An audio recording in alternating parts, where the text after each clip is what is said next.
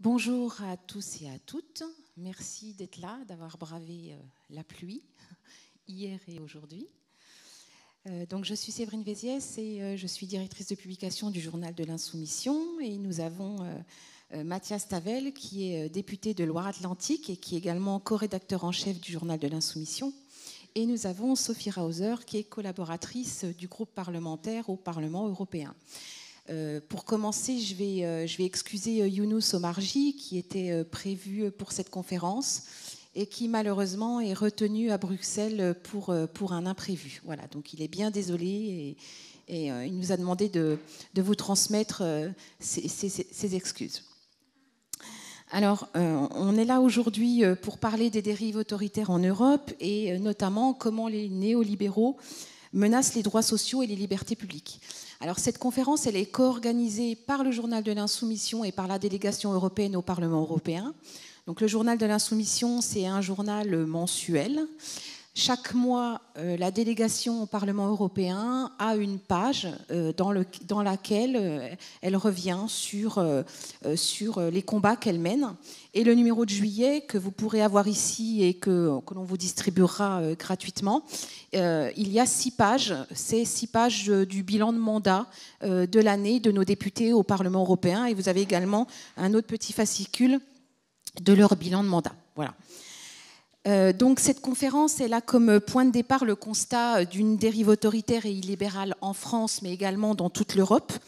Et notamment en France, on l'a vu s'accentuer à l'occasion de la réforme des retraites et du plus grand mouvement social que l'on a connu depuis plusieurs décennies. Et on peut constater également depuis un peu plus d'un an un processus de jonction, enfin en tout cas en France depuis un peu plus d'un an, une jonction entre la droite et l'extrême droite, incluant dans la droite la Macronie. Mais c'est un mouvement finalement qui est en cours en Europe depuis plusieurs années et on va y revenir. Alors me concernant, je vais prendre pour point de départ les 100 jours d'apaisement que nous avait annoncé Emmanuel Macron depuis le mois d'avril pour illustrer mon propos. Et puis je ferai un panorama rapide des situations politiques en Europe. Et puis Mathias, lui, viendra de manière plus détaillée sur la situation en France, parlera aussi un petit peu plus Europe. Et puis Sophie abordera véritablement les questions européennes. Donc je ne vais pas vous l'apprendre, après avoir utilisé toutes les dispositions que lui offrait la Constitution de la Ve République.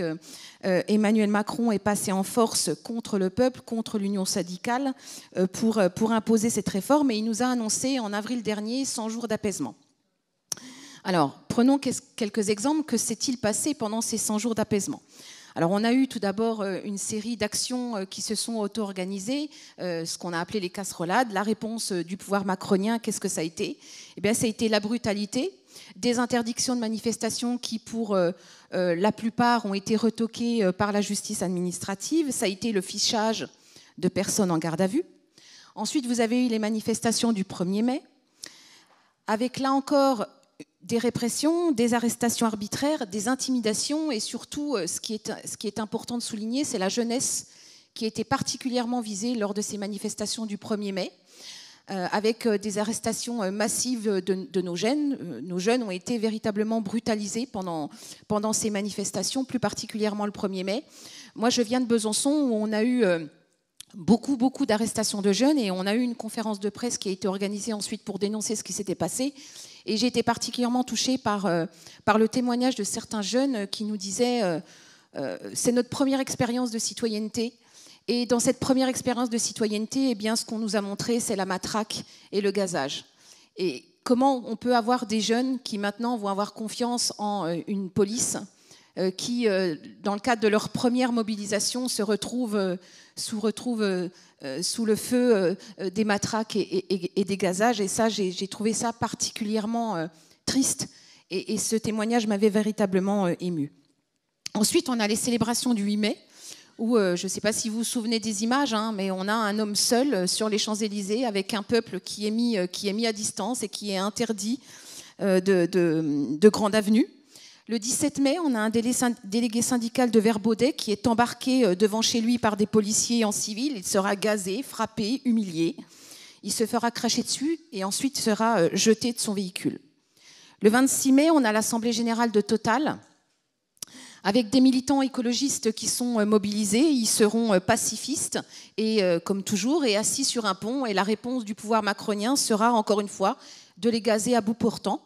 Et on a tous en tête l'image de Manon Aubry, qui était là, mobilisée, et qui va se faire copieusement insulter par des actionnaires de Total et qui étaient présents sur place. Le 28 mai, on a Justine Triet, qui est réalisatrice et lauréate de la Palme d'Or à Cannes, qui va être attaquée de toutes parts par la Macronie sur les réseaux sociaux à la suite de son discours où elle dénonçait la violence sociale et institutionnelle du gouvernement à l'occasion de cette réforme des retraites. Et cet épisode où on voit un opposant, enfin une personne qui donne son avis, même si ce n'est pas une militante, qui se voit attaquer de toutes parts, en chœur, sur les plateaux télé et sur les réseaux sociaux.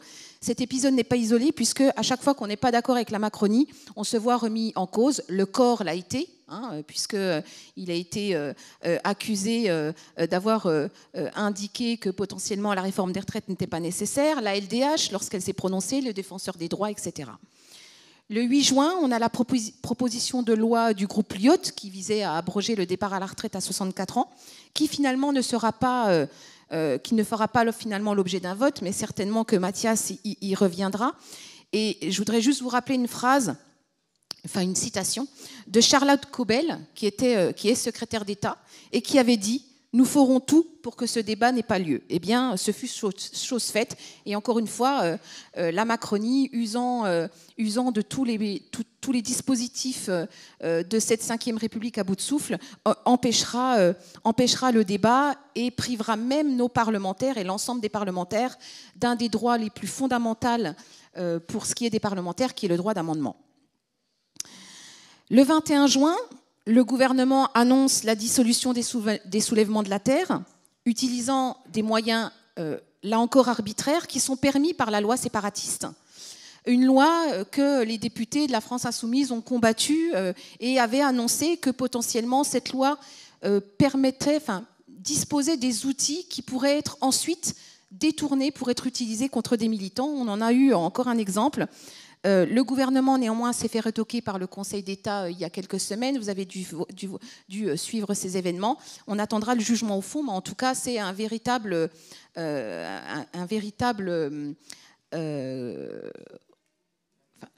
camouflet, merci, pour la Macronie. Et puis, le 27 juin, on a Naël qui est tué par un policier lors d'un contrôle routier.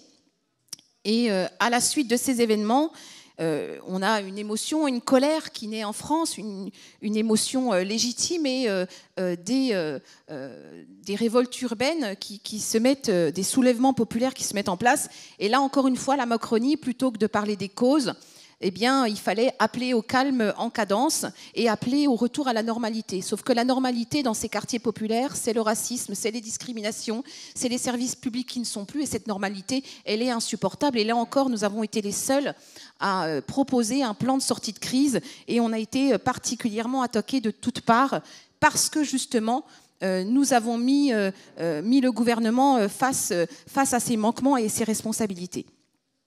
Alors cette évolution, elle n'est pas spécifique à notre pays, comme je vous l'ai dit tout à l'heure. Cette jonction et l'apparition de ce qu'on appelle, alors en France ils appellent ça l'arc républicain, vu la tête de l'arc républicain entre la Macronie et l'extrême droite, on préfère ne pas y appartenir. On appellera ça, nous, plutôt un arc réactionnaire qui est en train de se mettre en place, alliant la droite à l'extrême droite dans toute la France, en France et dans toute l'Europe plus exactement. Et ils ont un agenda politique. Cet agenda politique, c'est d'attaquer nos droits sociaux et nos libertés publiques. Je vais juste faire un panorama rapide de ces situations en Europe et je laisserai Sophie détailler un petit peu plus. En Europe, les pays où on a un gouvernement qui est dirigé par l'extrême droite, c'est la Pologne, notamment avec le parti Droit et Justice. Et ça va s'accentuer, notamment puisqu'il y aura des élections décisives cet automne, avec un nouveau parti d'extrême droite qui est en train de monter, qui est Confédération. L'Italie, avec bien évidemment Meloni. Hongrie, avec Orban. Et Orban, c'est depuis 2010, avec un certain nombre de mesures anti-LGBT à chaque fois, anti-SDF, mais anti-sociales, puisque l'extrême droite se présente toujours comme le défenseur des travailleurs, mais en réalité, quand ils sont au pouvoir, ils prennent des mesures contre les travailleurs. Je vous donne juste un petit exemple. D'ailleurs, pour la petite anecdote, Orban est un adorateur de Thatcher et il porte la même idéologie. Et il parle par exemple des allocataires au chômage comme des parasites à l'aide sociale. Et la Hongrie est le pays d'Europe où la perception du chômage est la plus faible, puisque c'est 3 mois. Mais bon, je laisserai Sophie vous détailler un petit peu plus ça. À côté de ça, on a des gouvernements de droite, avec l'extrême droite qui est membre du gouvernement. C'est la Lettonie et c'est la Finlande. Et ce qui est intéressant de mettre en évidence ici, c'est qu'ils ont des ministères importants. Ils ont des ministères de l'économie, des finances, c'est-à-dire des ministères où se déterminent les politiques économiques. Des ministères de l'Intérieur également, de la Défense, de la Justice. Donc là, on touche véritablement les lieux où vont se décider les politiques économiques, mais aussi les politiques en termes de liberté publique. Donc ce n'est pas anodin qu'on leur donne ces ministères. On a également des gouvernements de droite qui sont soutenus par l'extrême droite, c'est-à-dire où l'extrême droite ne participe pas au gouvernement, mais où soutient le gouvernement. C'est par exemple la Suède, avec notamment le Parti des démocrates de Suède, qui a été fondé par des nationalistes et des néo-nazis. Donc ils ne participent pas au gouvernement, mais forcément ils influent la ligne politique. Le Danemark... le Danemark, ce qui est intéressant, c'est que là, on voit vraiment la jonction et surtout l'extrême droite qui gagne la bataille culturelle, puisque vous avez un Premier ministre de centre-gauche qui a fait des choix de politique migratoire qui sont très restrictives. Et je ne sais pas si vous vous souvenez, mais Olivier Véran est allé au Danemark et il a vanté le modèle danois. Et il disait « Je rencontre les responsables de la classe politique danoise pour comprendre comment le centre-gauche a opéré une mutation idéologique qui lui a permis de mettre au tapis l'extrême droite au Danemark. » En réalité, ils ont mis au tapis l'extrême droite en reprenant leur politique. Donc c'est comme ça qu'ils... Voilà. Donc, et c'est de ça dont se vante Olivier Véran. Le Pays-Bas, avec le Premier ministre qui n'exclut pas de travailler avec l'extrême droite. La Grèce, où on a constaté une nouvelle poussée de l'extrême droite aux dernières élections. L'Espagne, je ne vais pas en dire beaucoup plus parce que je sais, il y a eu cette discussion, cet échange très intéressant entre Jean-Luc Mélenchon et Yolanda Díaz qui a montré comment l'union des gauches entre le Parti socialiste espagnol et Sumar a permis de faire reculer l'extrême droite et de déjouer le scénario qui était annoncé par la droite et par les médias comme quoi c'était déjà fait, ils allaient gagner. Par contre, ce qui est intéressant à voir, c'est que Vox se place néanmoins un arbitre pour ce qui est d'attribuer le poste de président du Parlement ou le poste de Premier ministre. Mais là aussi, je pense que Sophie va vous en parler. En Allemagne, le parti d'extrême droite AfD, qui a réussi à faire élire un premier maire en juillet et qui a une influence grandissante dans l'est du pays. Et là, on constate que le président du parti conservateur allemand, la CDU, eh bien là aussi, finalement, le cordon sanitaire est en train de sauter puisqu'ils annoncent, ils n'excluent pas de coopérer avec l'extrême droite. Et je terminerai là-dessus. Le cas de l'Italie est un cas qui est une illustration qui doit nous alerter puisque ça fait des années que la droite s'acoquine avec l'extrême droite, avec pour conséquence que l'extrême droite a pris le pouvoir et ça a entraîné une gauche également qui est totalement effondrée et l'Italie nous envie d'avoir encore une gauche qui tient debout et nous en France on est encore cet îlot de résistance parce qu'on a une gauche qui n'a pas oublié d'être de gauche et ce qu'il faut retenir c'est que quand la gauche abandonne ses idéaux, eh bien, elle se fait déborder par la droite et l'extrême droite. Et ça, c'est vraiment une leçon que l'on doit bien avoir en tête. Et nous sommes la France insoumise et avec la NUPES, c'est pour ça qu'on défend un accord et une liste commune aux élections européennes. Nous sommes le phare dans les ténèbres de l'Europe et c'est important de continuer à se battre et à rester sur notre ligne. Et quand on parle d'union, et qu'on va à une élection, l'objectif, ce n'est pas simplement de lutter contre l'extrême droite, il faut y aller avec un programme parce qu'il faut qu'on sème l'espoir. Merci.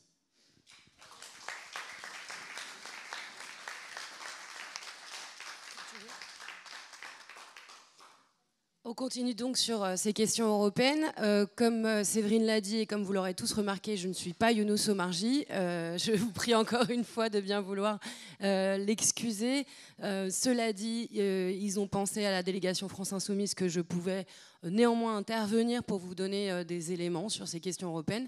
Je travaille à la délégation de la France Insoumise et au groupe de la gauche au Parlement européen à Bruxelles depuis à peu près 10 ans sur tout un tas de sujets qui ne sont pas forcément ceux qui nous occupent aujourd'hui, mais comme je suis là depuis quelques temps, j'ai pu observer depuis mon poste d'observation à Bruxelles tout de même cette poussée de l'extrême droite et comment cela se matérialise aussi dans les dossiers législatifs européens que nous avons depuis quelques années. Donc moi, l'idée de mon propos aujourd'hui, c'est de vous montrer comment le néolibéralisme a finalement poussé les extrêmes droites en Europe, puis dans un second temps, ce que Jean-Luc Mélenchon a appelé hier l'urbanisation de la vie politique à l'échelle européenne. Urbanisation qui vient donc de Viktor Orban, qui est le Premier ministre hongrois, et qui, je pense que ce concept d'urbanisation est particulièrement intéressant, puisque vous avez Viktor Orban qui arrive au gouvernement en Hongrie pour la première fois en 1998, comme le grand sauveur face à l'Union soviétique qui s'était écroulée avec ses idéologies vraiment décriées en Hongrie à l'époque. Et lui se présente en très grand libéral, très pro-européen, et petit à petit, il va switcher, y compris en termes de politique publique. Il va passer à une politique véritablement d'extrême droite à mesure que le Jobbik, le parti d'extrême droite hongrois, commence aussi ses percées. Donc voilà, vous avez vraiment un peu le plan de ma présentation ici, avec le fait de repartir avec des billes pour aller convaincre les camarades de la nécessité d'une union de la gauche aux européennes. Sinon, en termes de conséquences pour après juin 2024 et les élections européennes, elles peuvent être absolument catastrophiques à l'échelle de l'Union européenne. Je vais commencer par une petite publicité pour un livre qui est tout à fait dans le thème de notre conférence aujourd'hui. Le livre de Bruno Amable qui s'appelle Néolibéralisme, qui justement démontre un peu comment le néolibéralisme ne règle pas les grandes crises et les grands défis du monde contemporain, mais au contraire accélère la globalisation et la destruction des liens sociaux, des syndicats, l'augmentation du chômage, et pousse finalement les peuples dans les bras de l'extrême droite. Donc ça, c'est un peu sa théorie à lui. À l'échelle européenne, ça s'applique très très bien, puisque vous avez vraiment cette doctrine du libre-échange qui, comme vous le savez tous, est inscrite même dans les traités européens. En gros, on pourrait dire que les traités sont construits sur 3 dogmes: la concurrence libre et non faussée, la libre circulation des capitaux et le libre-échange, un peu comme une sainte trinité, le Père, le Fils, le Saint-Esprit. D'ailleurs, les pères fondateurs de l'Union européenne s'appellent pères fondateurs. Je crois qu'il y a une métaphore à filer là, assez intéressante. Et tout ça, évidemment, a des conséquences très concrètes qui sont chômage, dumping, déménagement permanent du monde avec les accords de libre-échange de l'Union européenne. Et tout ça a participé de la montée des extrêmes droites, dans un contexte où, il y a encore très peu de temps, une majorité d'États membres était de droite dans l'Union européenne, et aujourd'hui ce rapport de force est complètement en train de s'inverser à une tendance qui va vers l'extrême droite. Peut-être, premier point, parfois on entend parler de gouvernements illibéraux pour le cas de la Pologne et la Hongrie, parce qu'on a tendance à pas trop savoir les classer, puisqu'ils sont conservateurs, droite extrême. Personnellement, j'aime pas beaucoup le terme de illibéral, parce qu'en France, ça sonne un peu différemment. Évidemment, la racine du mot vient de libéral au sens liberté publique, et que donc ces gouvernements menacent les libertés publiques, mais pour autant, ils ont bien un agenda politique qui est néolibéral en termes économiques. Tandis que dans le cas de l'Italie, la Suède, la Finlande, les autres pays dont Séverine a parlé, là on est vraiment sur des gouvernements qui sont classés sur l'échelle politique à l'extrême droite, et ça se retrouve à l'échelle de l'Union européenne, où vous avez les Polonais du PiS et et les Hongrois de Orban qui sont dans un groupe qui s'appelle les conservateurs, tandis que les autres sont dans soit non attachés, soit carrément extrême droite. Petite différence voilà, linguistique. Ensuite, vous avez donc la Hongrie, je pense qu'on en a déjà pas mal parlé. Jean-Luc Mélenchon en a déjà pas mal parlé. Le facteur commun et le début de l'attaque de Viktor Orban, qui est un peu un des premiers du lot, c'est l'attaque systématique sur les droits des migrants et sur les réfugiés, avec déjà, j'y reviendrai, mais un début d'externalisation des frontières à la Serbie, qui a été condamné plusieurs fois par la Cour de justice de l'Union européenne et pour autant qui a continué. Ce qui est dans les exemples les plus récents peut-être à retenir, dans le cas de l'Italie, c'est que les premières mesures qui ont été prises par le gouvernement, outre des attaques sur les droits des réfugiés, ce sont des attaques au corps social. Donc vous avez la fin du RSA, par exemple. Vous avez une annonce pendant la campagne de taxation du super profit. 24 heures après, il n'en était plus du tout question. Donc on fait un peu appel de phare aux classes populaires avec éventuellement une taxation des super profits. Puis une fois qu'on est au gouvernement, évidemment, on n'en fait rien. Je pense que dans les exemples en France avec le Front National, Mathias aura pas mal d'exemples. Évidemment, en Italie, c'est aussi des attaques sur les familles homoparentales, donc tout ce qui est droit LGBTI, sur l'IVG. Meloni, la première ministre, n'est pas revenue dessus, mais elle a quand même bien précisé pour rassurer ses sympathisants d'extrême droite qu'elle ne reviendrait pas sur la loi de 78, qui est bien plus restrictive qu'en France, par exemple. Ce sont aussi des journalistes engagés qui sont dégagés des télévisions publiques, comme un journaliste qui a été l'auteur d'un livre sur la Gomorrha, qui a été la première victime du nouveau gouvernement de Meloni. En Suède, je passe aussi, je pense qu'on peut revenir sur les exemples précis, mais la Suède, ce qui est intéressant, c'est qu'ils ont eu ces 6 derniers mois la présidence tournante du Conseil de l'Union européenne. Donc c'est un rôle qui est assez important comme chef d'orchestre, si vous voulez, de l'Union européenne, qui permet de mettre sur le dessus de la pile certains dossiers législatifs ou d'en mettre d'autres à la poubelle. Donc on peut, par exemple, quand on est un gouvernement d'extrême droite, mettre de côté des questions sociales en cours de discussion, type de dossier Uber géré par Leila Chabi, qui prend systématiquement du retard en ce moment. À l'inverse, ce que la Suède a poussé, c'est pour la finalisation de ce qu'on appelle le paquet droit, asile, migration, donc un ensemble de textes de lois européennes sur les questions migratoires, où eux ont poussé pour intégrer dedans un concept d'extrême droite qui est l'externalisation de la gestion de l'asile.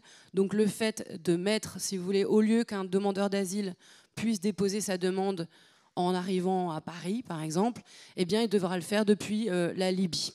C'est un concept vraiment connu d'extrême droite qui revient fondamentalement sur un certain nombre de conventions internationales, qui a été sanctionné plusieurs fois par la Cour de justice de l'Union européenne.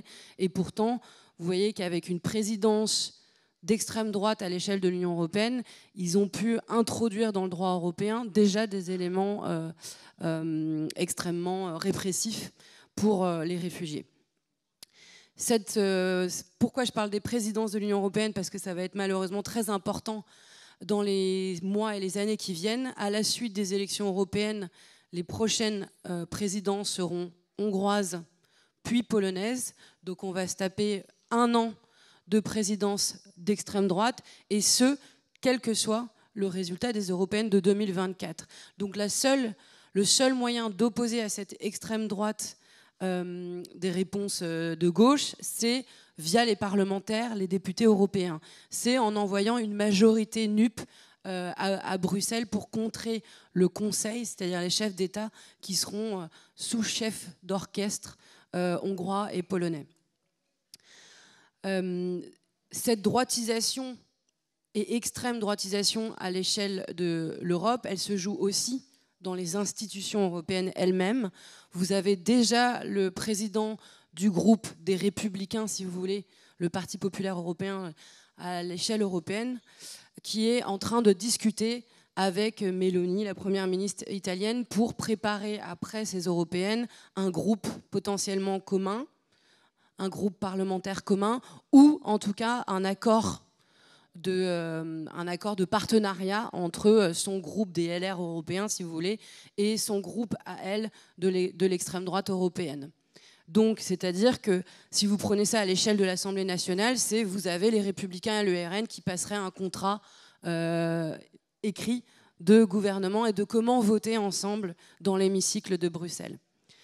Dans ce contexte-là, les libéraux auront à trancher, c'est-à-dire ce sera soit les macronistes votent des textes avec nous, la gauche, soit ils voteront des textes avec la droite.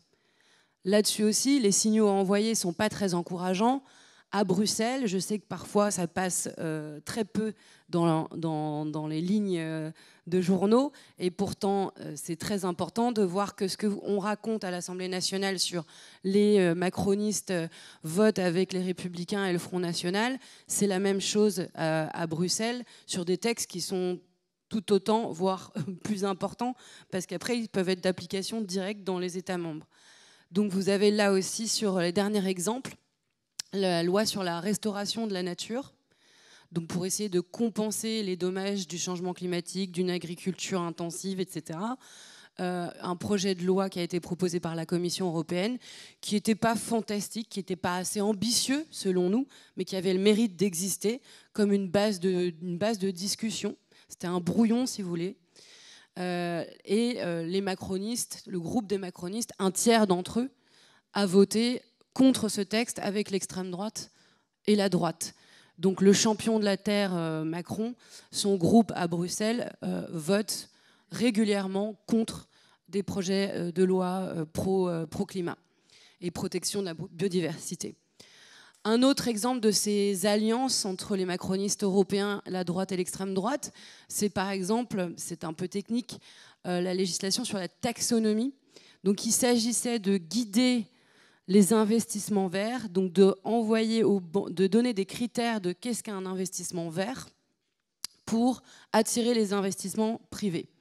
Donc par exemple, considérer qu'une nouvelle pipeline de Total ne devrait pas être la priorité d'investissement d'une banque, pour vous donner un exemple. Là-dessus, les macronistes voulaient absolument considérer le nucléaire comme un investissement durable et environnemental. Et donc, Macron est allé serrer la main et négocier avec Viktor Orban le fait que lui voulait absolument que le gaz soit dedans. Et donc, vous avez une taxonomie verte. Le mot vert devrait quand même paraître contradictoire avec l'idée du nucléaire et du gaz, a fortiori du gaz. Et pourtant, c'est bien dans ce texte final parce que Macron l'a fait avec Viktor Orban. Il a fait un donnant-donnant. Tu me donnes le nucléaire, je te donne le gaz. Je vais passer un peu vite peut-être sur les mécanismes de contrôle d'état de droit. On pourra y revenir dans vos échanges. En très bref, ils marchent mal. Si vous voulez, vous avez pour l'instant, moi ça fait 10 ans que je suis au Parlement européen, ça fait 10 ans que la Commission discute et hausse le ton et les sourcils et tout ce que vous voulez avec la Pologne et la Hongrie, et ça fait 10 ans qu'il n'y a toujours rien. Alors certes, maintenant ils ont mis en place un dispositif législatif, et certes la Hongrie a une astreinte journalière de 1 million d'euros par jour à payer pour non-respect de l'état de droit, mais pour l'instant elle ne l'a toujours pas payé. Du coup, ce qu'ils ont fait, c'est essayer de geler une partie des subventions européennes à ce pays-là. Mais vous voyez bien qu'on est toujours obligé de trouver de rafistoler un droit européen qui est finalement manquant sur les questions de l'état de droit, sur les questions des libertés, de la protection des libertés publiques et de l'indépendance juridique, et que les États d'extrême droite trouvent toujours le moyen de contourner ces recommandations. Et je vous laisse avec un dernier élément post-2024. Une fois qu'on va voter en juin prochain aux européennes, une fois que vous allez élire les députés européens, va s'engager une phase de négociation entre tous les États membres de l'Union européenne pour former une nouvelle Commission européenne.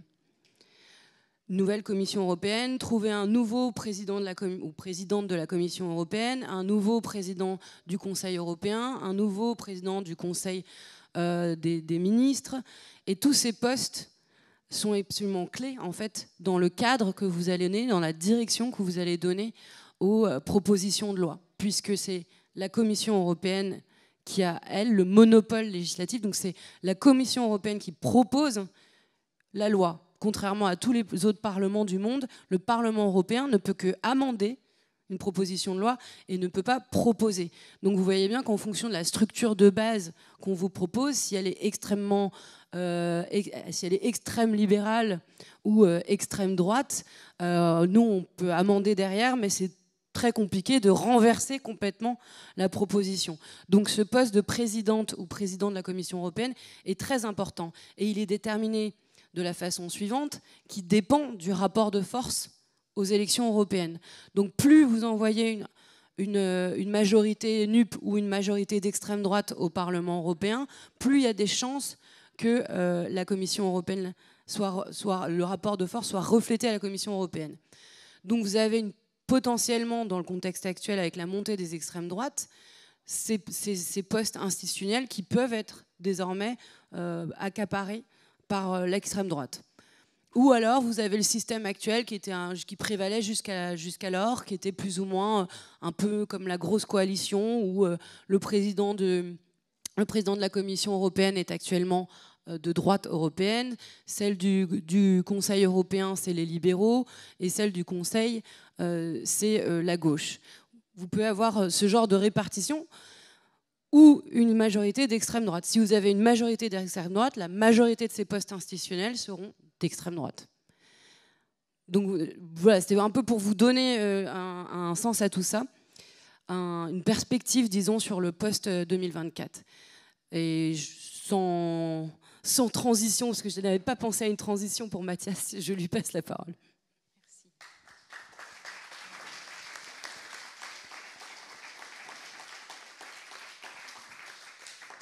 Merci beaucoup Sophie. Effectivement, ce que vient de dire Sophie est très intéressant parce qu'on voit que les mécanismes qui sont à l'œuvre en France sont en fait à l'œuvre à l'échelle de l'ensemble de l'Union européenne. Et ce n'est pas un hasard. C'est parce que l'agenda néolibéral tel qu'il s'applique en Europe depuis maintenant des années et même des décennies, il produit partout les mêmes résultats. Alors il ne les produit pas dans les mêmes dimensions, pas dans les mêmes temporalités, selon le degré de résistance des pays, selon leur degré d'état social au point de départ, etc. Mais les mêmes causes produisent les mêmes effets. Et face à ce qui est en fait un blocage qu'ils ont eux-mêmes créé par leurs réformes, les néolibéraux, dans toute l'Europe, en arrivent au même type de bricolage, d'abord électoraux, mais aussi idéologiques, qui est en gros la formation de cet arc réactionnaire où, pour garder une majorité, eh bien, les libéraux dérivent progressivement sur les thèmes de l'extrême droite la plus raciste qui puisse exister en Europe. Pour bien comprendre comment on en arrive là, je repartirai juste en quelques instants du début de cet agenda néolibéral dont on parle et qui aujourd'hui en vient à menacer les droits sociaux, ça fait un moment, mais y compris les libertés publiques. C'est quoi le néolibéralisme ? Le néolibéralisme, ce n'est pas juste le libéralisme.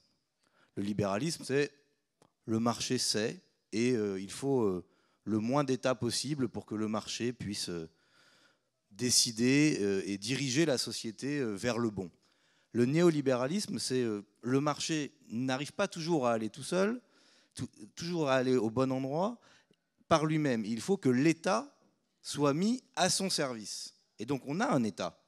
On a un État, on a des impôts, on a des prélèvements obligatoires, on a des mesures de coercition, on a des investissements publics, mais qui sont mis au service des entreprises, au service des actionnaires, même pas seulement des entreprises comme force de production, mais du capital.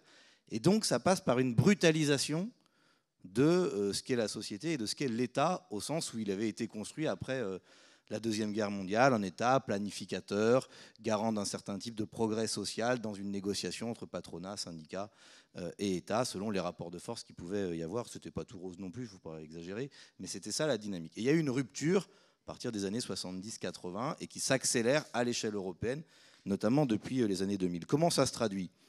Par la volonté d'étendre le champ marchand, de marchandiser le maximum de choses. Alors évidemment, c'est les privatisations, des entreprises publiques qui deviennent des entreprises privées, des biens communs comme l'électricité qui deviennent des marchandises. Et vous voyez aujourd'hui la conséquence de la destruction du service public et du monopole public de l'électricité sur les prix, sur la capacité à investir, à faire la transition écologique, etc. Et de ce point de vue-là, il y a une première ligne de fracture qui apparaît. Il y a ceux qui disent le marché a un peu dysfonctionné, mais si on arrive à le corriger, ça va bien revenir. Il y a ceux, comme l'extrême droite, qui disent qu'il faut sortir du marché européen parce qu'il est européen. Et puis il y a ceux comme nous qui disent mais le problème, ce n'est pas que le marché aurait ponctuellement failli ou qu'il serait européen, c'est que structurellement, le marché n'est pas capable de gérer un bien commun comme l'électricité qui nécessite une maîtrise publique et peut-être même un monopole public, en tout cas au moins pour la partie de production, qui soit très clairement établi, et que ce soit à l'échelle européenne ou à l'échelle nationale. Faire le marché de l'électricité bleu, blanc, rouge façon Marine Le Pen ne réglera aucun problème. La seule manière de sortir de ce problème-là, ce n'est pas de sortir du marché européen, c'est de sortir du marché tout court. Ça, c'est le premier point, privatiser pour étendre le champ de la marchandisation. Étendre le champ de la marchandisation, c'est aussi étendre le temps marchand. Et dans tous les pays européens, vous avez des réformes pour le travail du dimanche, pour le travail de nuit, etc., etc. Il faut qu'en gros, le capital puisse tourner en permanence. Je passe rapidement, mais vous voyez bien à quoi je fais référence.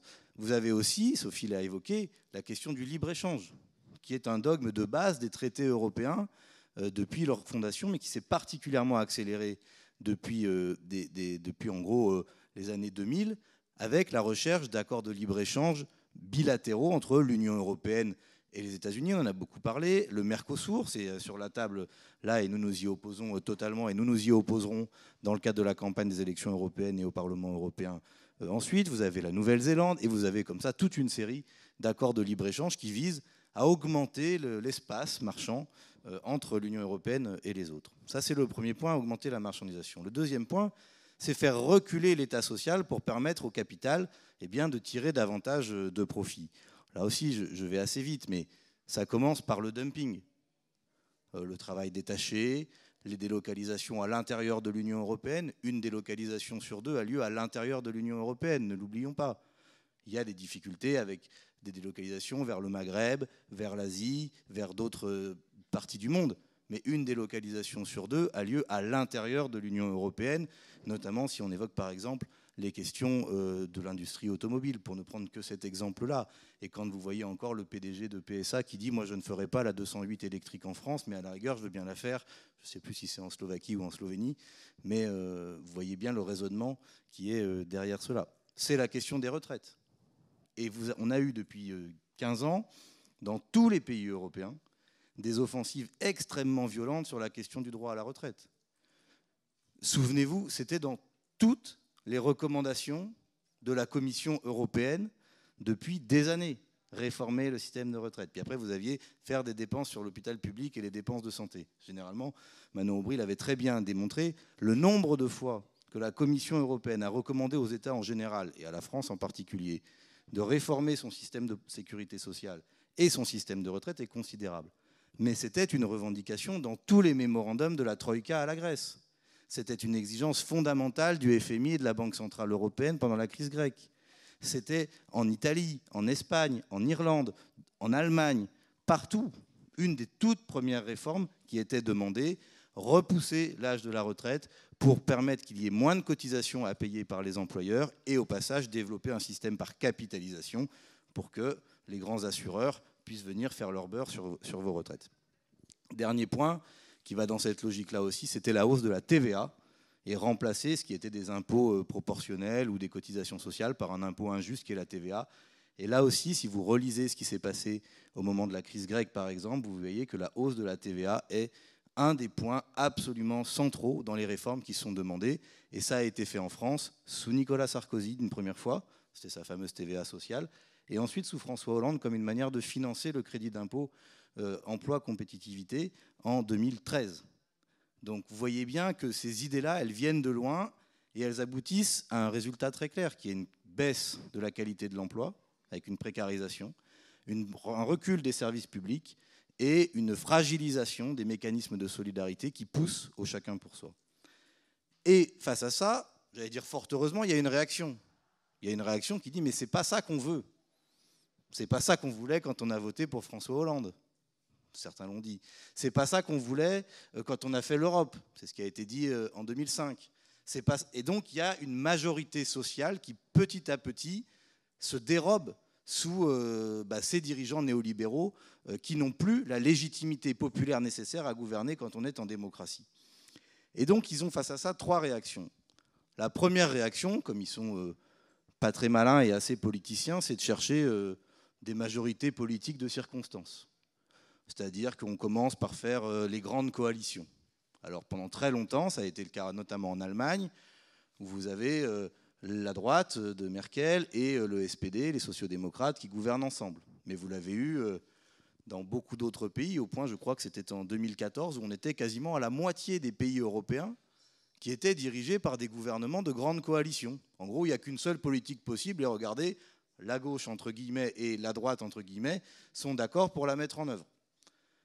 Ça ne dure qu'un temps. Et quand même, on a la situation en France, où on a eu une vision un peu retardée, puisque nous, on a eu d'abord la droite seule, Sarkozy, qui avait la légitimité, au moins électorale, d'installer cette politique, contestée dans la rue, notamment en 2010, dans la réforme des retraites.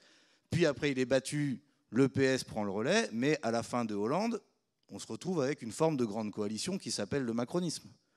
Vous avez Gérald Darmanin, Olivier Véran, Gérard Collomb, Bruno Le Maire, c'est-à-dire une grande partie du PS et une grande partie de la droite qui se retrouvent ensemble pour gouverner. C'est une forme de grande coalition à la française qui prend la forme d'un parti ou d'une coalition unique en marche, parce que le mode de scrutin français est majoritaire et pas proportionnel, et que donc il faut que l'alliance se fasse avant l'élection plutôt qu'après.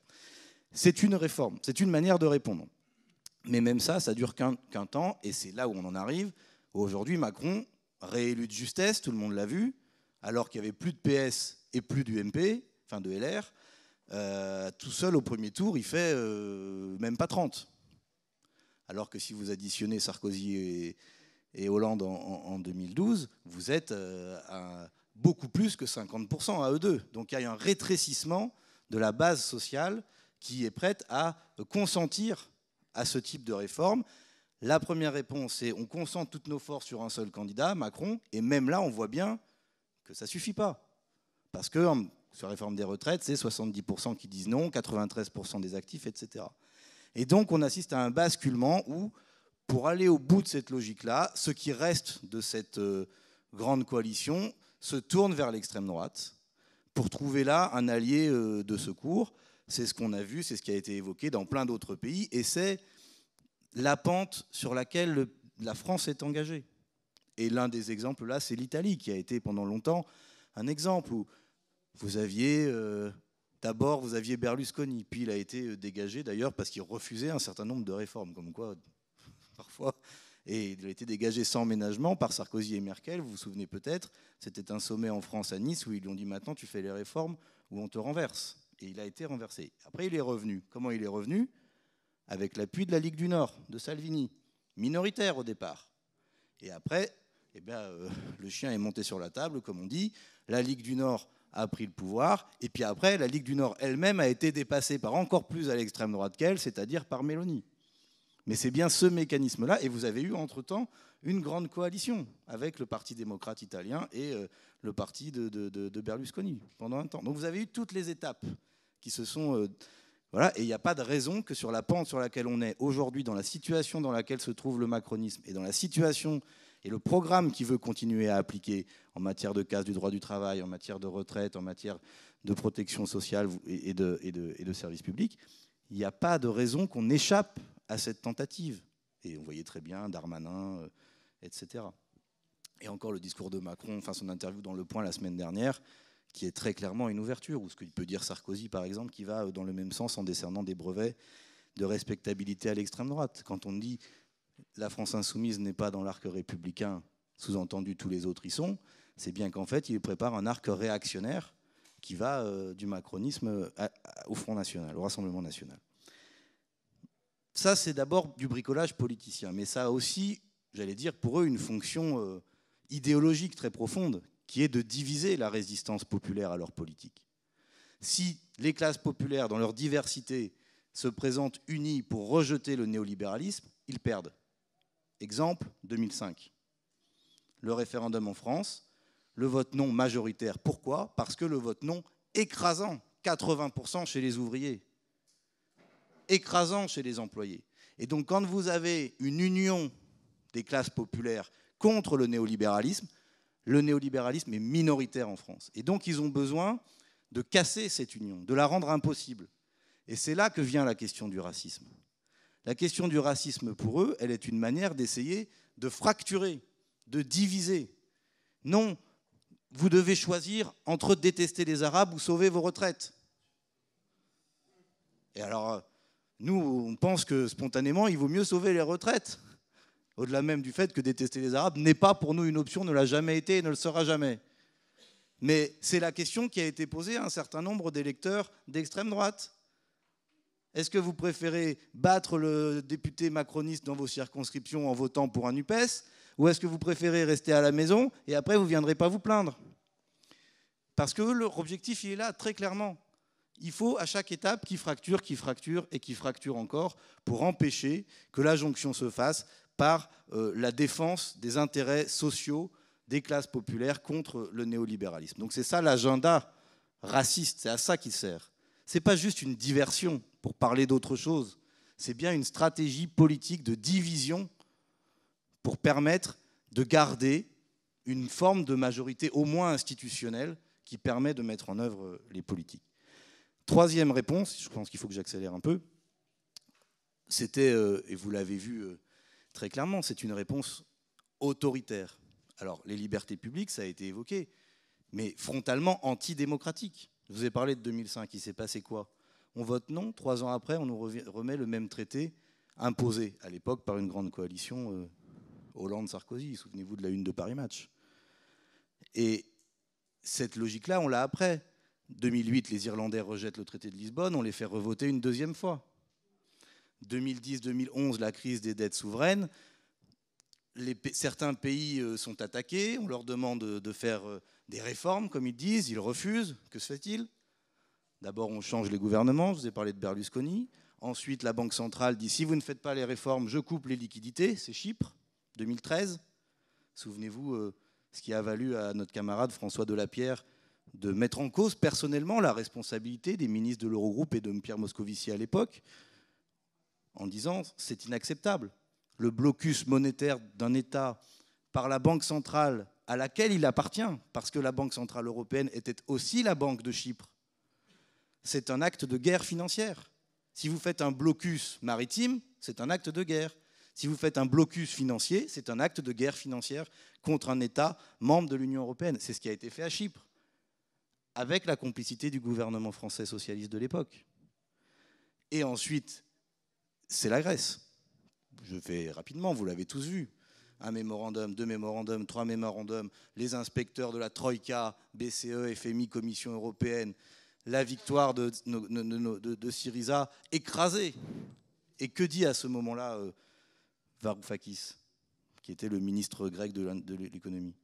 Il dit, les Français, vous êtes les prochains sur la liste. J'ai retrouvé là ses propos. Il dit, la France est la prochaine cible du docteur Schäuble, c'était le ministre allemand de l'économie à l'époque. Mais on y est. La réforme des retraites, c'est ça. Le 49.3 sur les retraites, il a commencé en Grèce. Le 49.3, il a commencé en 2005. Et ce qu'on vit là n'est pas un accident, une anecdote, une parenthèse. C'est la nouvelle étape de la dérive austéritaire de l'Union européenne qui, pour imposer le néolibéralisme à des peuples qui n'en veulent plus, est obligée de recourir progressivement à des méthodes de plus en plus autoritaires, de plus en plus démocratiques, antidémocratiques. Et donc la question de la démocratie devient non seulement une question politique, mais une question économique, une question sociale. Et j'allais dire, il ne peut plus y avoir de démocratie qu'anticapitaliste. Parce que c'est le principe même du droit des citoyens à décider à la place des marchés financiers et à la place des actionnaires qui est en cause. Et c'est bien tout le sens de ce qu'on essaye de faire. l'union populaire à la base de tous ceux qui sont les perdants de ce néolibéralisme, avec un outil, la NUPES, dont on espère l'unité dans le cadre des élections européennes, parce que c'est le chemin le plus simple pour espérer desserrer cet étau, et évidemment avec derrière une stratégie qui est une stratégie de rupture. C'est-à-dire pas pour refaire ce qui a été fait sous François Hollande, ou même arrêter en cours de route, comme ça a été fait en Grèce en 2015. Et donc aller au bout de cette logique, c'est la désobéissance, c'est la refondation de tout ce qu'on a dit sur les questions européennes. Voilà un peu comment tout ça prend sens à l'échelle de l'Europe, à l'échelle de la France, et pourquoi nous, on a aujourd'hui cette position-là, en quelque sorte, entre le marché et la démocratie, il faut choisir.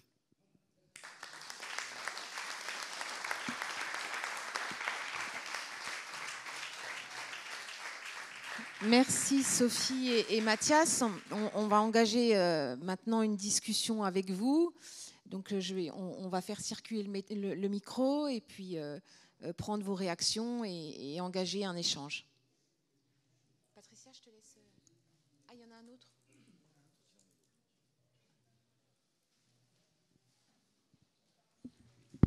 Juste le temps que le micro arrive, je rajoute un point que j'ai oublié. Vous voyez la différence qu'il y a dans la capacité de l'Union européenne à imposer une coercition selon qu'il s'agit de défendre les intérêts du marché ou de défendre les libertés publiques. Il y a quand même un petit deux poids, deux mesures. Merci. Vous disiez tout à l'heure que partout où les libéraux, enfin les modérés, comme au Danemark, se mettaient à imiter l'extrême droite, se mettait à appliquer sa politique, l'extrême droite reculait dans les urnes. Mais on voit que c'est pas le cas en France. Enfin, plus Macron fait une politique autoritaire, xénophobe, etc. Et plus l'extrême droite progresse dans les urnes et dans les sondages. Comment est-ce que vous expliquez ça ? Oui, une femme peut-être, s'il vous plaît. Donc on essaie d'alterner. Oui, camarade. Bonjour, je m'appelle Chantal, militante insoumise. Considérant qu'il y a une majorité de gens qui ne votent plus, est-ce qu'ils seront passionnés par le vote européen? J'ai des doutes.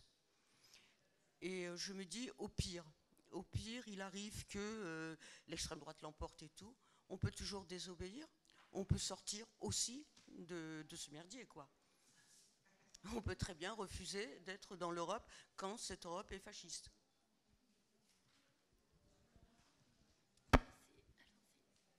Merci. Bon, je suis argentin, je le dis pour faire l'introduction. En Argentine, il va y avoir des élections présidentielles au mois d'octobre.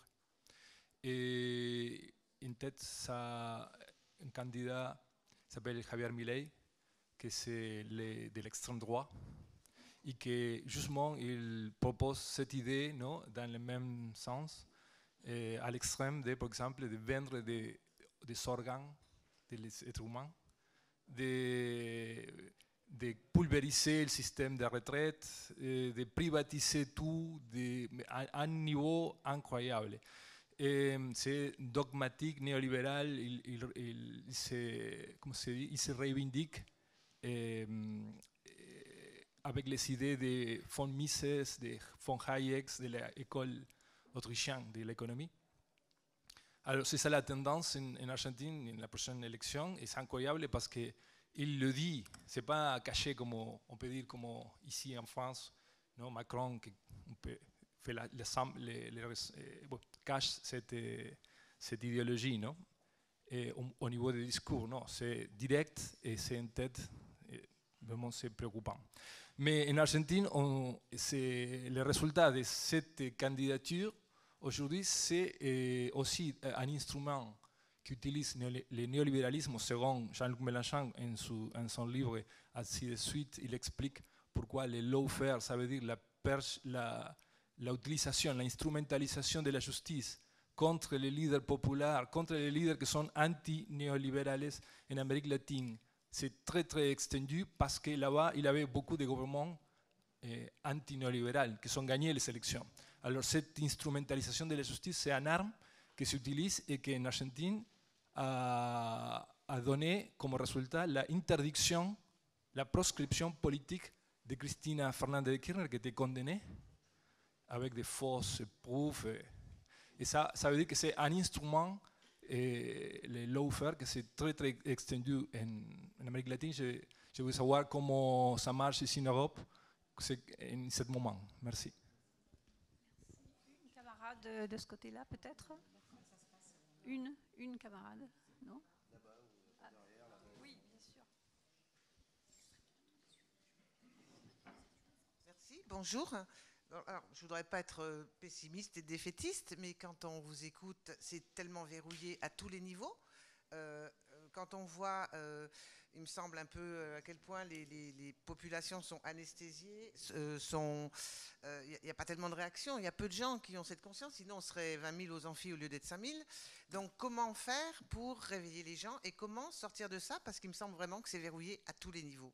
Ça, c'est ça qui m'inquiète. Ah, ok, on va se battre, on va faire du porte-à-porte. Enfin, notre boulot, c'est sur le terrain, convaincre les gens, mais c'est petit, hein. Enfin, on n'est pas. Enfin, il faudrait être nombreux et que ça switch. Donc, voilà, moi j'ai l'espoir en les jeunes avec le climat, peut-être qu'ils vont tout renverser, mais.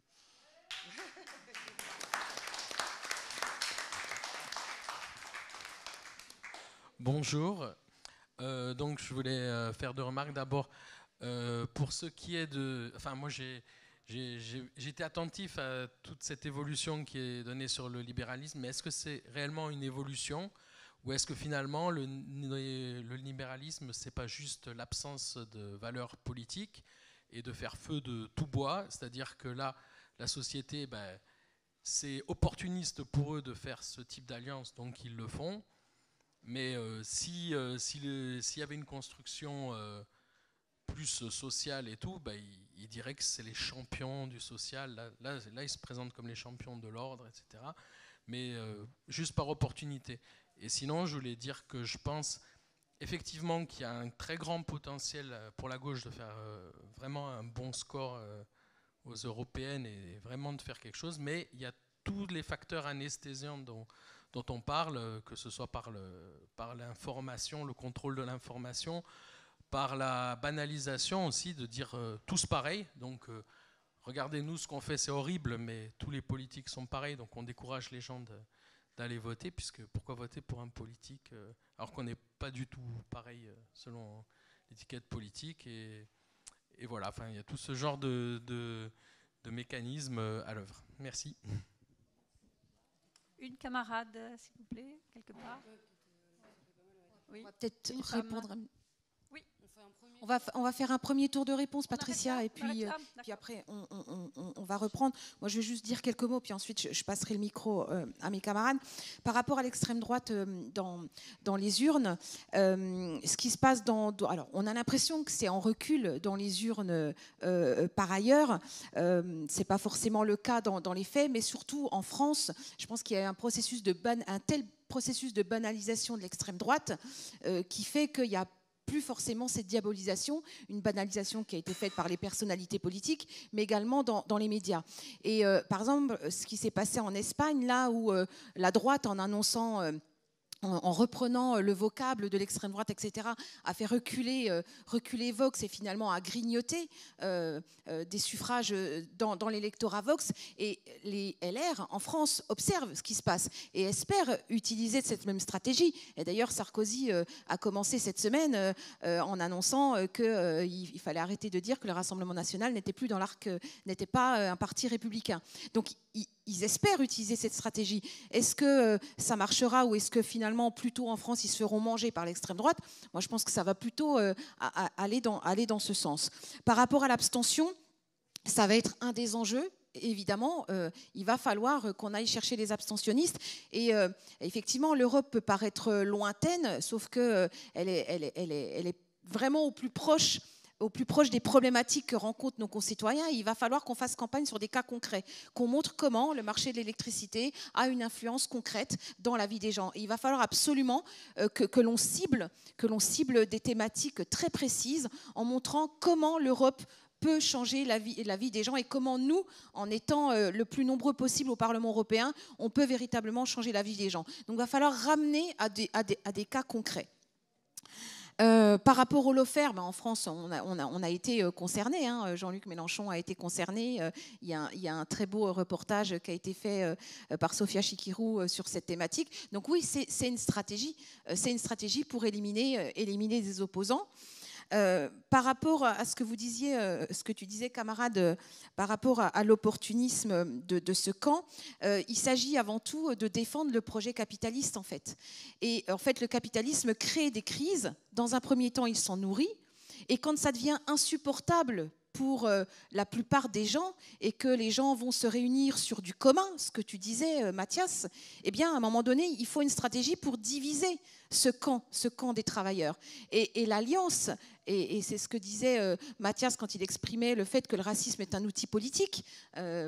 Pour l'extrême droite, c'est une véritable idéologie, mais pour les libéraux, c'est un outil politique parce qu'il faut casser cette unité d'une catégorie sociale qui est frappée de plein fouet par les conséquences des crises capitalistes et par le fait que ça devient insupportable. À partir du moment où ça devient insupportable, eh bien, il y a un regroupement qui se fait au sein des communs et qui potentiellement peut renverser les libéraux et le système capitaliste. Donc l'objectif de s'allier avec l'extrême droite, il est là, il est double. C'est diviser les classes populaires, diviser ceux qui souffrent des conséquences du capitalisme et des politiques néolibérales pour ensuite, eux, s'allier, unir le camp des classes dirigeantes autour du même projet, puisque leur projet, il est le même, c'est de faire perdurer le modèle capitaliste, voire même le renforcer.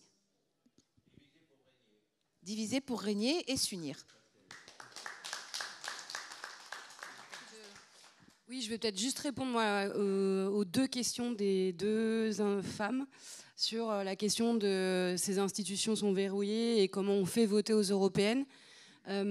Effectivement, je vous rejoins, hein, c'est pas évident de parler des questions européennes, mais je suis tout à fait d'accord avec Séverine, j'irai même plus loin, il faut partir des luttes locales et les mettre en comparaison avec ce qui se fait au niveau européen. Que ce soit, par exemple, sur les bassines, on peut parler des différentes lois climat, des centres Amazon qui s'ouvrent dans plein de territoires en ce moment et du travail de Leïla sur l'ubérisation. Pour revenir même sur l'ubérisation, aussi rendre les choses peut-être un peu plus concrètes. La bataille qui est en train de se jouer sur la présomption de salariat, concrètement, c'est que 5 millions de travailleurs européens qui demain, potentiellement, auront accès aux congés payés, à la sécu, à la retraite. Enfin, c'est concret, quoi. Parfois, j'ai l'impression que quand on dit ubérisation, on perd le sens concret de la bataille qui se joue à Bruxelles. Mais tous nos sujets sont extrêmement concrets. La loi sur la restauration de la nature, c'est de dire peut-être ce serait peut-être pas mal de mettre quelques bocages de temps en temps pour s'assurer qu'on puisse garder l'eau dans les prés et dans les champs.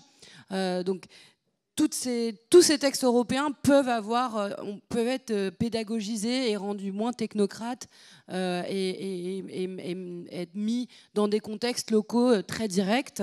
Peut-être aussi le dernier point qu'évoquait Yolanda Díaz, la ministre espagnole de Podemos, de Sumar, insistait sur le fait qu'on ne peut pas faire une campagne des européennes en disant votez pour nous contre l'extrême droite, mais bien en partant de notre programme, des éléments qu'on aura gagnés et qu'on peut encore gagner à l'échelle européenne. Et évidemment, tout n'est pas verrouillé. Évidemment, c'est très très difficile, j'en conviens. Mais là, on le voit bien, en menant une bataille de front. Je prends encore cet exemple de Uber, parce que je pense que c'est peut-être celui qui est le plus connu par les camarades, mais en menant une bataille de front à Bruxelles et à Paris, Daniel Simonet, d'autres députés nationaux avec leur commission d'enquête, Leïla Chabi avec son rapport, son travail de négociation à l'échelle de l'Union européenne, on est en train d'arracher une victoire conséquente. Donc voilà, vraiment pas faire une bataille en... Je pense que c'est pas un élément de mobilisation de dire votez pour nous contre l'extrême droite et sinon là on était entre militants et il est important quand même qu'on vous donne des éléments de menaces très concrètes des extrêmes droites à l'échelle nationale qui peuvent vampiriser Bruxelles et les institutions européennes, mais évidemment que ça ne doit pas être, je pense, le cœur de notre campagne, mais d'abord faire une campagne pour notre projet européen. Voilà, je m'arrêterai là.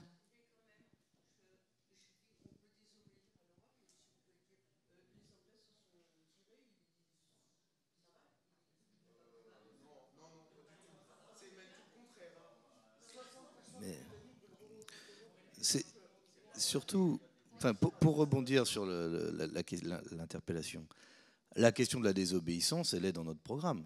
Enfin, elle l'est depuis des années. On s'est battu pour qu'elle soit y compris dans le programme de la NUPES, avec une petite différence sémantique. Les socialistes préfèrent en parler, de déroger de façon transitoire dans l'attente que les règles soient revues.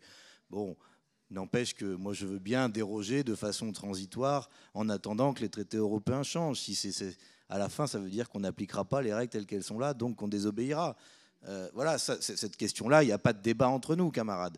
Sur la question de la sortie, si j'ai pris l'exemple du marché de l'électricité, si c'est pour faire comme le Rassemblement national le propose, sortir parce que c'est européen, mais pour garder une organisation marchande et capitaliste de l'électricité en France, on n'a rien réglé. On n'a rien réglé. Donc la vraie question, c'est la rupture avec le modèle économique qui est porté. Et la politique que nous, on pointe par la stratégie de la désobéissance, c'est parce qu'on est la France, être capable de mettre le pied dans la porte en Europe et de dire non, vous ne ferez pas d'accord de libre-échange. Parce que c'est la politique européenne et que les Français, on votera contre. On l'empêchera. Mais, ouais, après, je voulais répondre à d'autres questions. Alors peut-être donc c'est cette logique-là qu'il faut avoir en tête. L'idée, c'est pas d'avoir uniquement une stratégie qui consisterait à dire tout est perdu et on s'en va. D'abord parce que nous avons, nous, la France, des capacités à être entendus à l'échelle européenne. Ensuite parce que Sophie l'a très bien dit, ou peut-être c'était Séverine. Aujourd'hui, à l'échelle européenne, en dehors de la France, un peu de l'Espagne, il n'y a pas beaucoup de pays où il y a des forces sociales et écologiques en capacité d'avoir une influence aussi forte que nous et peut-être même de gagner et de gouverner leur pays. Et que la situation qu'on voit en Italie, la situation qu'on voit en Allemagne, la situation qu'on voit dans tous les pays qui ont été évoqués est extrêmement inquiétante et que nous avons à l'égard des camarades de ces pays-là, c'est aussi d'être capable d'être pour eux un point d'appui dans leur résistance. Et aujourd'hui, ça peut paraître un point d'appui insuffisant, j'en suis entièrement d'accord, mais s'il y a au Parlement européen un groupe de la gauche dont Manon Aubry est la coprésidente, c'est quand même en grande partie grâce au travail qu'a fait la France Insoumise et aux résultats qu'on a fait. Et donc, et pour les camarades qui arrivent à avoir peut-être un député européen, c'est un point d'appui que de savoir qu'ils vont trouver des partenaires prêts à dialoguer avec eux, à les aider, à aller les soutenir aux élections. Jean-Luc Mélenchon est allé en Italie soutenir nos camarades lors des dernières élections dans un contexte qui est épouvantable pour eux. Épouvantable. Et donc c'est aussi une manière pour nous de faire vivre cette solidarité internationale qui est aussi dans notre agenda, même si je ne confonds absolument pas la solidarité internationale avec l'application des règles néolibérales de l'Union européenne, que les choses soient très claires sur ce point. Je ne l'ai jamais fait d'ailleurs, et si vous en doutez, je vous renvoie aux 2 livres que j'ai écrits sur le sujet. Pour rebondir sur la question du concret, je viens de Loire-Atlantique. Je prends 2 exemples. Le sel de Guérande et le cidre. Comme ça va bientôt être l'heure de l'apéro. Eh bien, la Commission européenne a des projets sur ces 2 sujets pour harmoniser les cahiers des charges à l'échelle européenne. Or, vous avez des pays en Europe où on peut mettre cidre dans quelque chose qui contient 20% de jus de pomme. En France, c'est 100% de jus de pomme. Ou de poire, je ne vais pas rentrer dans un débat entre poiré. Voilà. Mais donc nous, clairement, on a une bataille à mener, comme on l'a menée avec Jean-Luc Mélenchon quand il était député européen, sur les questions viticoles dans le sud-ouest, où on voulait nous faire croire que le rosé, c'était prendre du vin rouge et du vin blanc, mélanger les deux. Bon. Et nous avons à défendre ça, pas parce qu'on défendrait le terroir qu'on a toujours défendu, mais parce qu'on défend la qualité de la production agricole, bio, qui respecte les travailleurs, qui respecte l'environnement et qui respecte le produit, et donc aussi qui respecte celui qui le consomme. De la même façon, sur le sel, il va y avoir un label sel bio européen. On pourrait se dire, ah ben enfin, chic.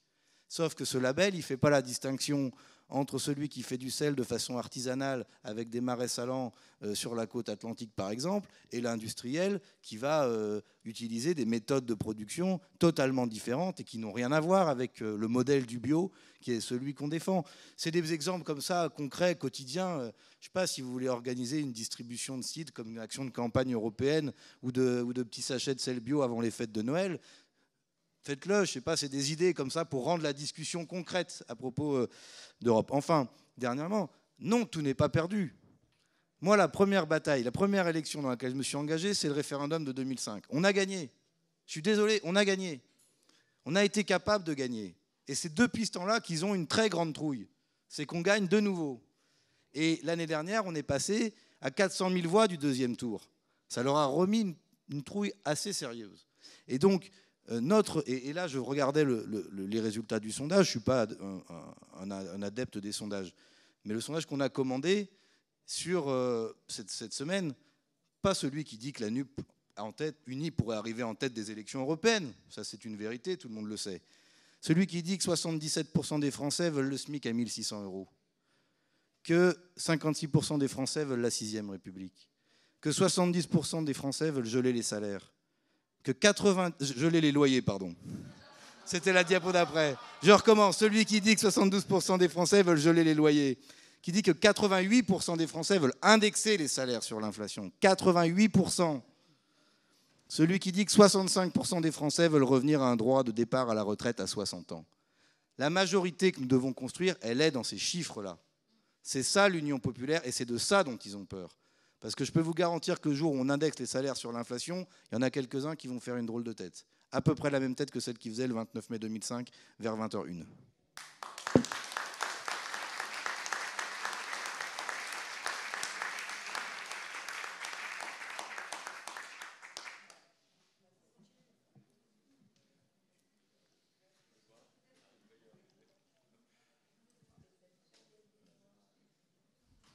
Et juste pour la remarque argentine, ce qu'on a dit là, vous l'appelez Trump, vous l'appelez Bolsonaro, vous l'appelez comme vous voulez.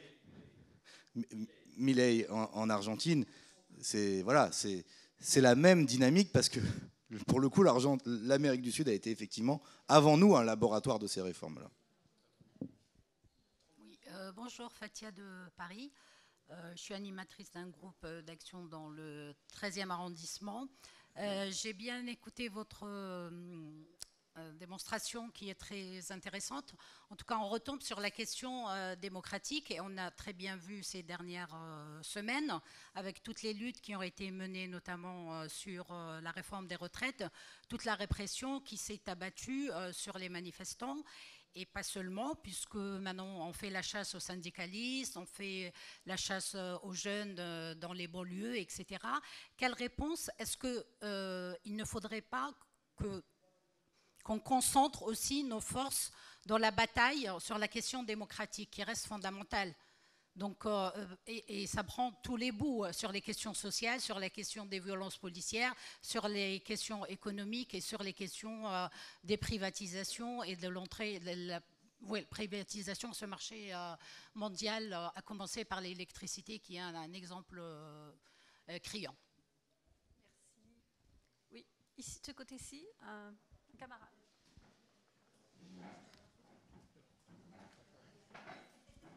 Bonjour, Garcia François, de Fédération de l'Ain. Pour les élections européennes, y a-t-il déjà un programme commun avec les autres pays ou est-il prévu d'en discuter avec les représentants des autres pays? Un programme qui donnerait une idée de ce que la gauche modifierait si elle tenait les rênes de l'Europe. Merci. Merci. Une camarade, s'il vous plaît. Une camarade. Je ne vois pas.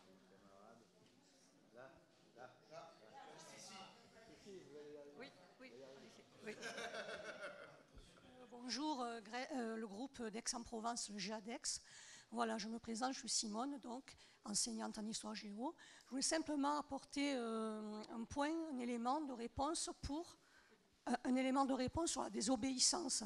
Manon Aubry nous avait dit il y a 2 ans, face à M. Piolle, le maire de Grenoble, qu'elle existe au sein de l'Europe. Il y a un pays qui le pratique, c'est l'Allemagne. L'Allemagne est sortie pour les barrages hydroélectriques de la privatisation, elle a dérogé aux règles de la libre concurrence, la concurrence libre et non faussée. Elle a conservé ses barrages parce que c'est drôlement important. Vous savez qu'elle a refusé l'énergie nucléaire. Parce que pour l'énergie nucléaire, il faut faire venir l'uranium enrichi. Je l'ai appris d'ailleurs hier lors des ateliers, donc de Russie et du Kazakhstan. Donc elle garde l'énergie renouvelable, elle le met en place et elle conserve ses barrages au sein des biens communs. Donc elle nous avait bien dit ça il y a 2 ans, ici même d'ailleurs, dans un débat contre M. Piolle. Voilà, c'est simplement un élément d'information qu'il faut prendre en considération. Donc si l'Allemagne le fait, pourquoi pas nous? C'est tout. Merci. Merci à toi. Oui. Pardon, excusez-moi. Il y a 2 mains là-devant. Oui, si je vais revenir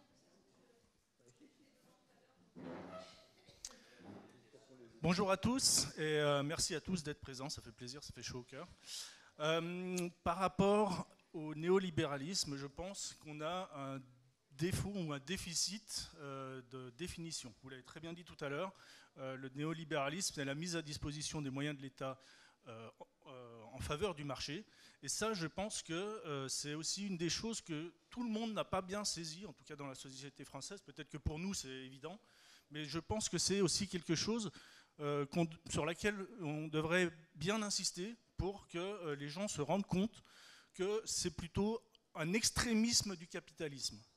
Je n'hésite pas à utiliser ce terme-là quand j'en parle. Je pense qu'il y a des termes assez forts qu'il faut utiliser pour que ça percute chez les gens. Donc voilà, est-ce qu'il ne serait pas, dans le but de lutter contre cet ennemi-là, est-ce qu'il ne serait pas nécessaire d'employer des termes assez puissants pour que vraiment les gens, ça fasse quelque chose chez eux, pour que ça fasse tilt? Parce qu'on se retrouve aujourd'hui à devoir combattre pour moi 2 ennemis, l'extrême droite et l'extrême marché, on va dire ça. Et on se retrouve bien seul, d'autant plus qu'on n'a pas les moyens médiatiques, les relais médiatiques, aussi puissants que tout... oui, alors, voilà, on en a. Mais je veux dire, par rapport aux chaînes mainstream, quelques brochures ne font vraiment pas le poids. Voilà, merci de m'avoir écouté. Il ne reste pas beaucoup de temps, peut-être une... Abonnez-vous et aidez-nous à diffuser le plus possible tout le travail qui est fait par les médias insoumis. Aidez-nous. Une camarade.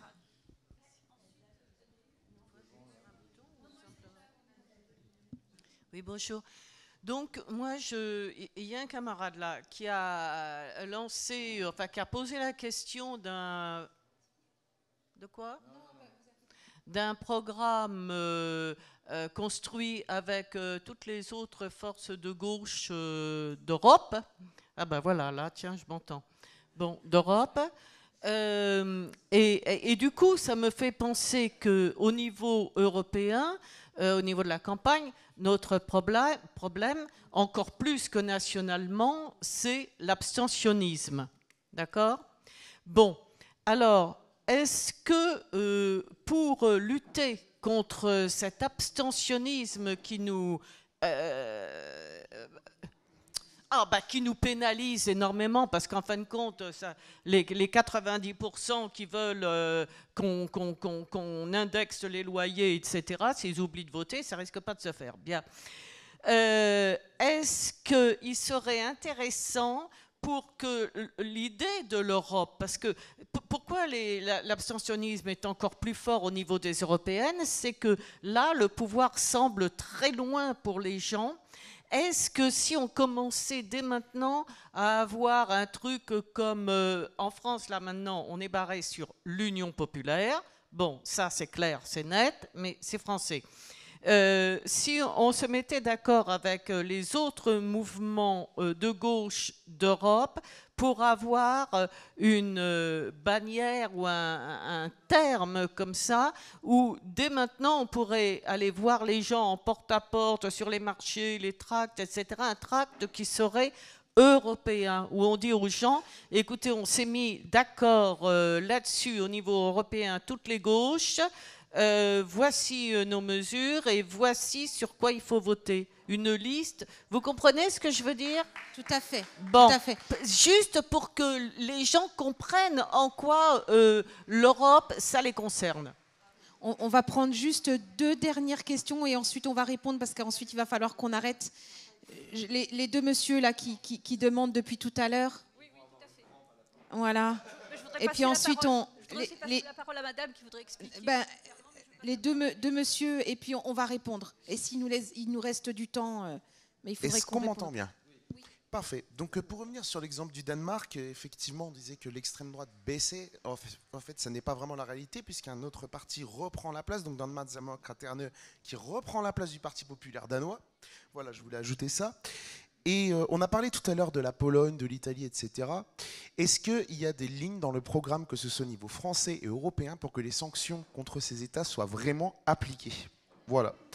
Et je voulais jeter un petit exemple d'optimisme pour finir, pour nos camarades belges et irlandais du PTB et du Sinn Féin qui font d'énormes scores. Et je pense qu'on peut les applaudir là-dessus pour finir. Merci beaucoup. Merci à toi. Bon, je trouve que cette discussion est passionnante par ailleurs. Beaucoup de choses sont dites fort utilement. Et je pense qu'il y a des questions qui méritent effectivement de poursuivre la discussion qui a été. Qu'est-ce qu'il est possible de faire? Moi, je crois que, première chose, j'aurais une remarque sur la question de l'Union européenne. Beaucoup de choses ont été dites. Il y a un aspect qui me semble qui est important de souligner, c'est la montée du militarisme. C'est la montée de la marche à la guerre, l'alignement sur l'OTAN, de l'augmentation faramineuse des budgets militaires, 413 milliards, 2% en Allemagne, etc. Et nous embarquer dans, non pas le non-alignement, mais la guerre sans fin au nom de la guerre en Ukraine. Donc ça, c'est le premier truc. Plus généralement, moi, j'ai envie de dire que la question n'est pas une campagne électorale. Ce qui a été dit par Mathias, la question de la rupture, c'est la rupture pas pour les élections, c'est la rupture par rapport à toute la politique qui se met aujourd'hui. Et je crois que, par exemple, il y a une échéance qu'a indiqué Jean-Luc dans son intervention, c'est le 23 septembre. Le 23 septembre, ce n'est pas les élections européennes, mais c'est une première échéance considérable. Et je pense qu'en menant la bataille sur l'orientation de rupture qui nous veut la haine de tout le monde et qui fait que la situation française est regardée de façon très intéressé par beaucoup de militants en échelle européenne. Parce que quelle est la particularité? C'est pour ça que je suis un peu sceptique sur une liste européenne ou je ne sais pas quoi. Parce que ce qui fait la particularité en France, c'est que alors que la plupart des pays, la gauche s'est effondrée parce qu'elle a appliqué, comme l'a fait le PS en France, l'orientation qui a été indiquée, sur laquelle je ne reviens pas. Donc ils se sont auto-liquidés. En Italie, voilà. Bon, et donc l'orientation de rupture, c'est fondamental qu'on la maintienne, et c'est comme ça qu'on aidera les autres d'ailleurs, hein, bon, je crois. Donc ça passe par les élections, mais ça passe par l'incarner tout de suite, quoi. Okay. Merci, très rapidement, je dis 2 mots par rapport à la répression des manifestants, des syndicalistes, etc. Tout est lié finalement. Les urgences, elles sont multiples, elles sont écologiques, elles sont démocratiques, elles sont sociales, elles sont sur nos libertés publiques. Et tout est lié et on doit être sur tous les fronts. Et par exemple, quand Jean-Luc Mélenchon dit que la lutte contre le racisme n'est pas une lutte sociétale, c'est ce qu'il veut dire aussi. C'est que c'est une question sociale, c'est une question sociale, c'est une question démocratique. Et moi, je ne crois pas qu'on ait à choisir finalement nos luttes puisqu'elles sont toutes liées et finalement notre programme il répond à toutes ces urgences et c'est ça qu'il faut qu'on porte.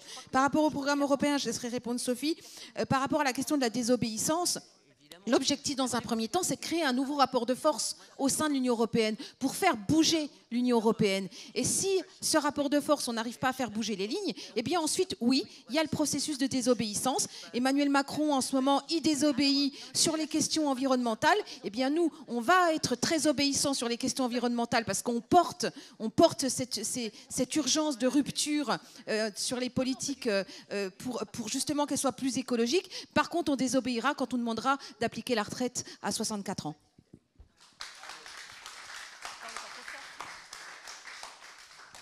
Oui, pour la question extrêmement précise sur un programme commun aux européennes entre tous les partis politiques nationaux de gauche, la réponse est non pour l'instant, dans la mesure où nous-mêmes, n'avons pas encore un programme aux européennes, nous ne pouvons pas encore entamer une discussion avec nos partenaires européens pour un programme commun. Cela étant dit, il n'y a aucun doute qu'il y aura des éléments de langage commun, voire un programme plus ou moins détaillé commun à l'échelle du groupe parlementaire de la gauche au Parlement européen. Pour cette question-là, voilà, pour cette question-là. Ensuite, sur le point sur l'exemple de désobéissance avec l'Allemagne, je pense que c'est assez intéressant. D'ailleurs, c'est pas une désobéissance techniquement, c'était une dérogation qui était prévue dans la directive. Ils l'ont juste enclenchée, ce que la France n'a pas fait, par exemple. Donc parfois, il n'y a même pas besoin de passer par une désobéissance, mais juste peut-être lire, ne serait-ce que l'application du droit européen et la façon de pouvoir l'entériner.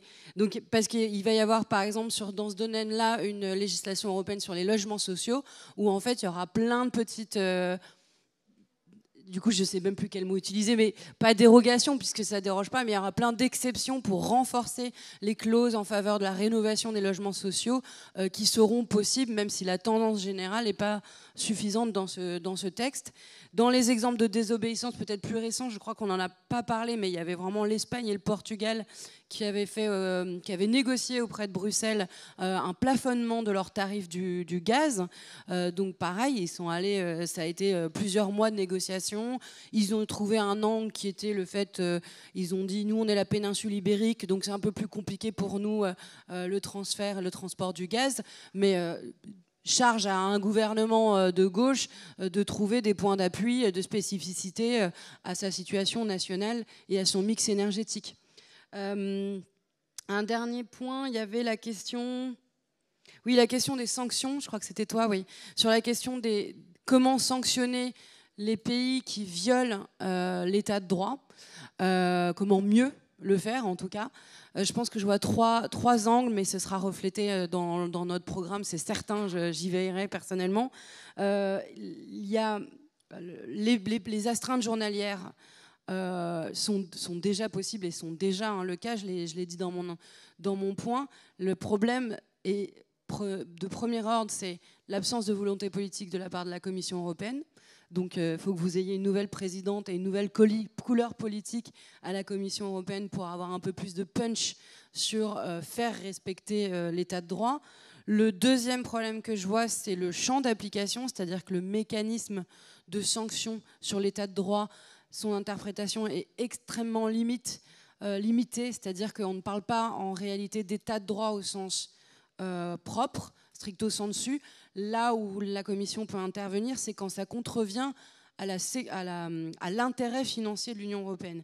Donc la porte qui est prise pour sanctionner la Hongrie et la Pologne, c'est effectivement, par exemple, le manque d'indépendance du judiciaire, mais parce que ça peut introduire de la corruption et de la mauvaise utilisation des fonds européens. Ce n'est pas sur un champ des valeurs en tant que tel, et même le champ des valeurs en tant que tel, via le risque de corruption financière, il est extrêmement limité. Par exemple, la Pologne et la Hongrie ne sont pas attaquées en tant que violents, discriminant les minorités LGBTI ou d'autres minorités nationales. C'est vraiment sous l'angle mauvaise utilisation des fonds européens. Et le dernier point, il y a une arme, une petite bombe nucléaire qui s'appelle l'article 7 des traités européens, qui n'a jamais pu être utilisée parce qu'elle est beaucoup trop complexe et parce qu'il faudrait l'unanimité des États membres pour pouvoir enclencher cette super sanction, si vous voulez. Et qu'évidemment, quand vous voulez sanctionner la Pologne, vous avez la Hongrie et d'autres États membres qu'on appelle du groupe de Visegrad qui vient en renfort former une minorité de blocage. Et inversement, si c'est la Hongrie, c'est les autres. Si c'est la Pologne, c'est les autres. Donc il faudrait changer ce mécanisme de décision au Conseil pour que ce ne soit pas une unanimité simplement. Voilà.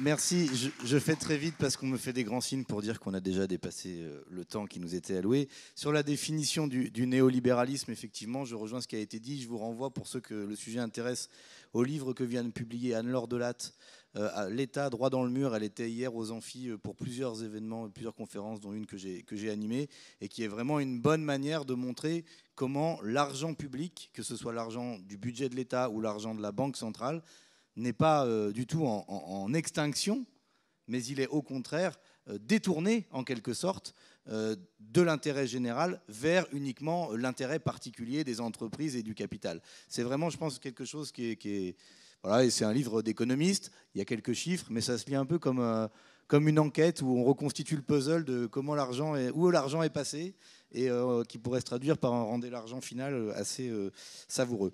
Sur le programme, l'État droit dans le mur, Delat, D-E-L-A-2-T-E. Voilà. Je vous pourrai redonner la référence après. Sur la question des programmes, nous on a proposé, d'abord il y a un programme français de la NUPES qui intègre un volet européen. Ne laissez pas dire qu'il n'y en a pas. On l'a fait il y a 1 an. On l'a négocié durement. On a précisé les points sur lesquels on n'était pas d'accord et ceux sur lesquels on était d'accord. Il existe. Quand vous avez aujourd'hui des socialistes qui disent « ce n'est pas vrai, il n'y a pas de programme », mais alors quoi? C'est encore une fois les promesses socialistes de type François Hollande? On fait des programmes auxquels on ne croit pas. On croyait que le PS avait changé. Donc il faut qu'ils en fassent la démonstration en étant fidèles au programme qu'ils ont accepté. Et nous, on a par ailleurs proposé de le compléter, parce qu'évidemment, une élection européenne, il y a des objectifs particuliers, par un programme d'action, mettons, je ne sais pas moi, 5, 10, 15 combats qu'on veut mener ensemble dans la mandature qui vient au Parlement européen. Sortir l'énergie du marché, faire la présomption de salariat, aller plus loin sur les questions de réduction des émissions de gaz à effet de serre et des objectifs climatiques. Une série comme ça aller sur la réforme de la politique agricole commune avec 2-3 exigences particulières et notamment qu'on cesse de donner le plus à ceux qui ont le plus et qui ont les pratiques les plus détestables.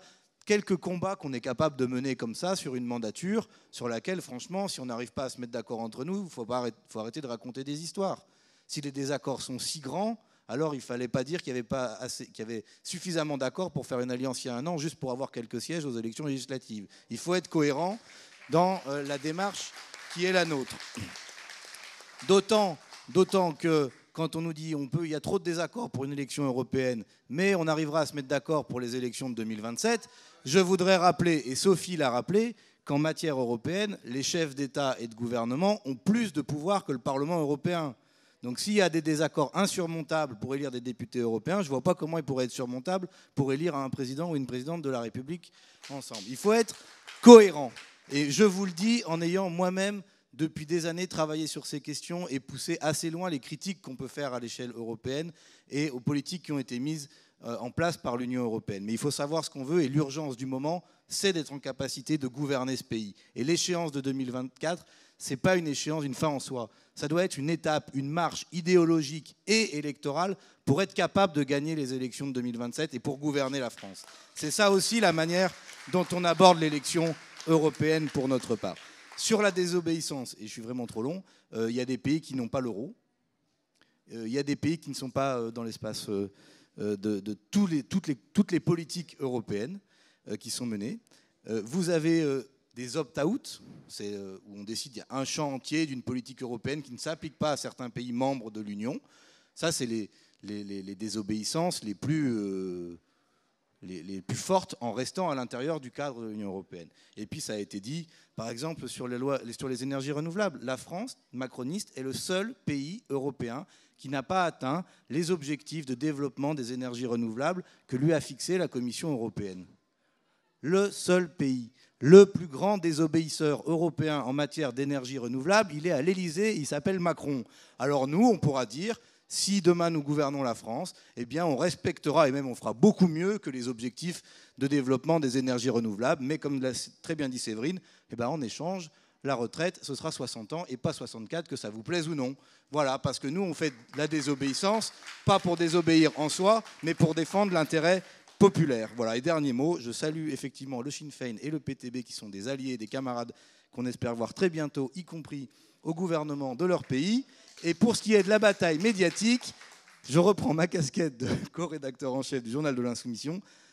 Venez prendre le numéro de juillet spécial Europe, il est gratuit. Et n'hésitez pas, abonnez-vous, faites abonner, prenez au moins un abonnement pour votre GA, mettez-vous en commun si vous le souhaitez. On a vraiment besoin qu'il y ait de plus en plus de camarades qui le lisent, qui le fassent connaître, si on veut que ce média insoumis vive. Merci à vous.